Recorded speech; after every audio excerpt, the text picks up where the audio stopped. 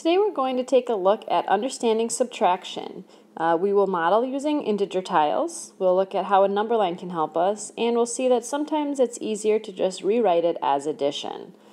Depending on your purpose for watching, you might find that you do not need to watch all the examples. You might get it after just a couple, or you might want to fast forward until you find ones that look like the kind that confuse you, but this will be loaded with examples, so use it as you see fit. Our first problem is -6 minus -4. One method that we'll look at is how you can model this with integer tiles. With tiles, you start by building the first number. So I have -6. And then this sign here tells me I'm subtracting, and this tells me what I'm subtracting. I'm taking away -4. So I ask myself if I have enough to take away, and I do. So I just kind of pull it away there, and I see that what's left is -2. All right, let's see how we could rewrite this as an addition problem. Because remember, addition or subtraction is the same as adding the opposite. And you'll see the steps for this in a later slide. But when we're doing this, the first number always stays the same. We change subtraction to addition, and then we add the opposite of this second number. So the opposite of -4 is just 4. So now I have -6 plus 4.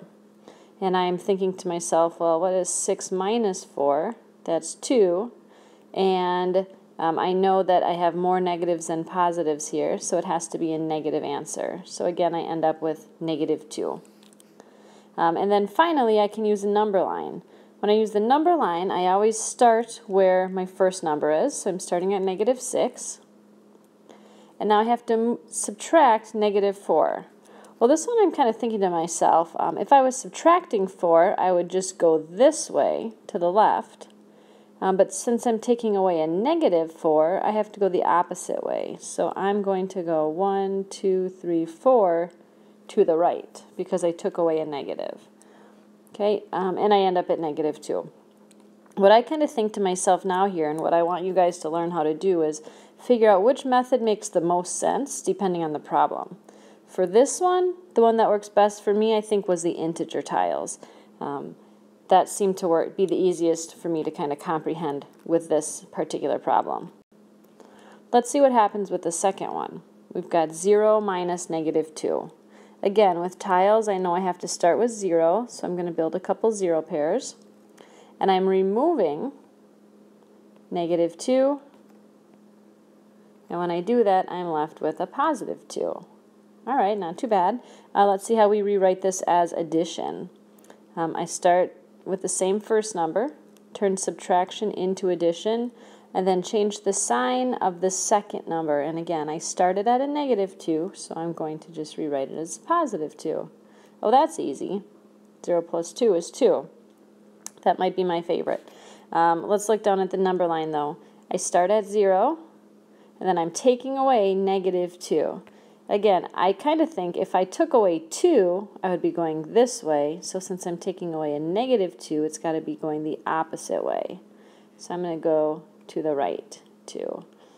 All right, and I end up at +2. For this one, I think the easiest one for me was rewriting it as addition. All right, -5 minus 3.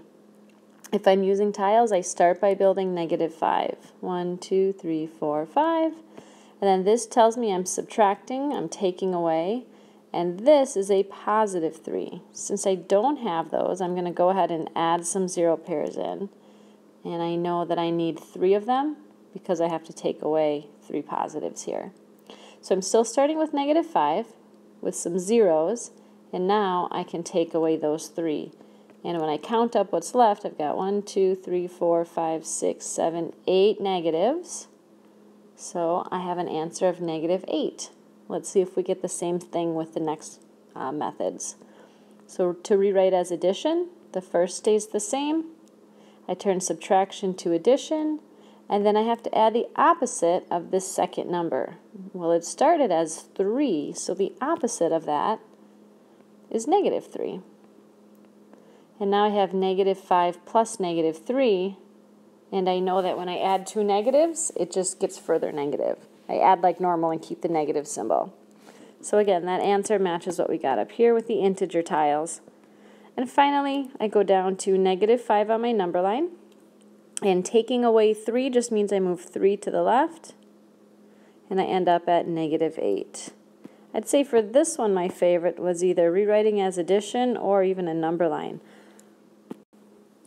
All right, 25 minus -17. We're looking at bigger numbers here. I think I'm going to just scratch out integer tiles because it would take me way too long.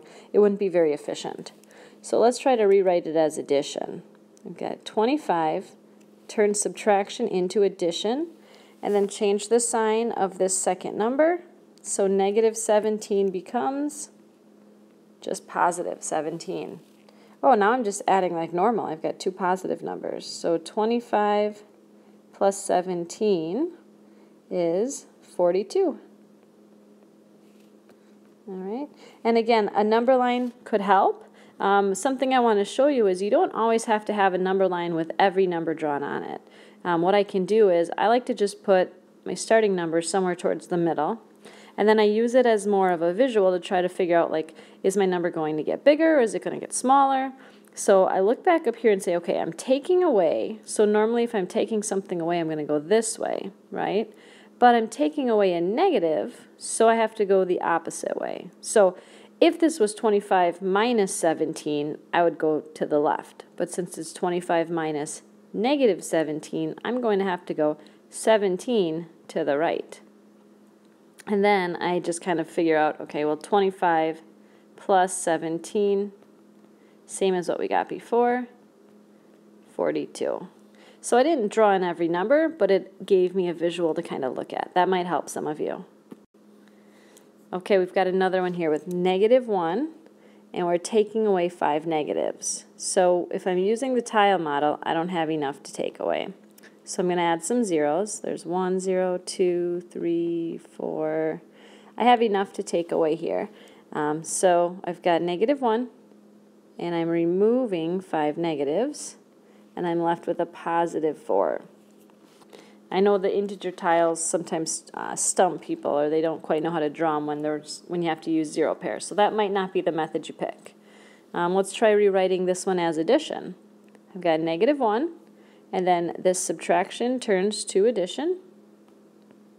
And then I need to add the opposite of this second number. So I ask myself, what's the opposite of -5? Well, that's just 5. And then -1 plus 5. Well, I know that's like 5 minus 1 is 4. And that's my answer.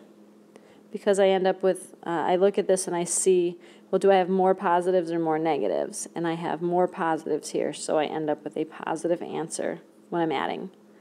And then finally down at the bottom I've got my number line starting at -1, and I'm taking away 5 negatives.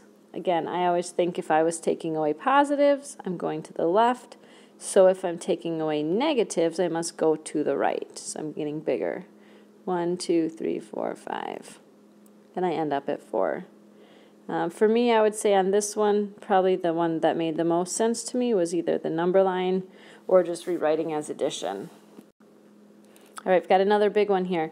-110 minus -25. Don't let it confuse you. Let's just start, we'll cross out the tiles. We're not using those for this one. But let's rewrite as addition and see if it's easier. So I have -110, because that first number stays the same. And then I turn my subtraction sign to addition, and we have to change the sign of this second number. So it started as -25, so it has to just become +25. And when I add -110 plus 25, well, now I kind of think, okay, I'm going to ignore those signs and just figure out how far apart is 110 and 25. So I have to subtract them just like normal here. And I'm going to have to borrow. 10 minus 5 is 5. 10 minus 2 is 8. And I end up with 85. And then I go back and look and say, well, I've got negatives and positives, and I have more negatives than positives. Or the value of my negatives is greater than that of my positives, so it ends up being a -85 as my answer. Number line, again, I would model this like one a couple slides ago, where I've got negative 110 somewhere in the middle. And again, I just kind of use it to think through the process. If I took away 25, I'd be going this way. But since I'm taking away negative 25, I'm going this way, right, to the right. So I'm going to just kind of do this to myself and say there's 25. Well, when I look at my number line, I see I'm at negative 110, and now I'm going 25 to the right. So I'm getting closer to 0.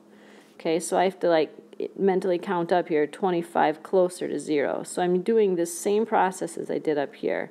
110 minus 25 is going to get me to 85, and that's a negative because it's to the right of negative 110 on the number line.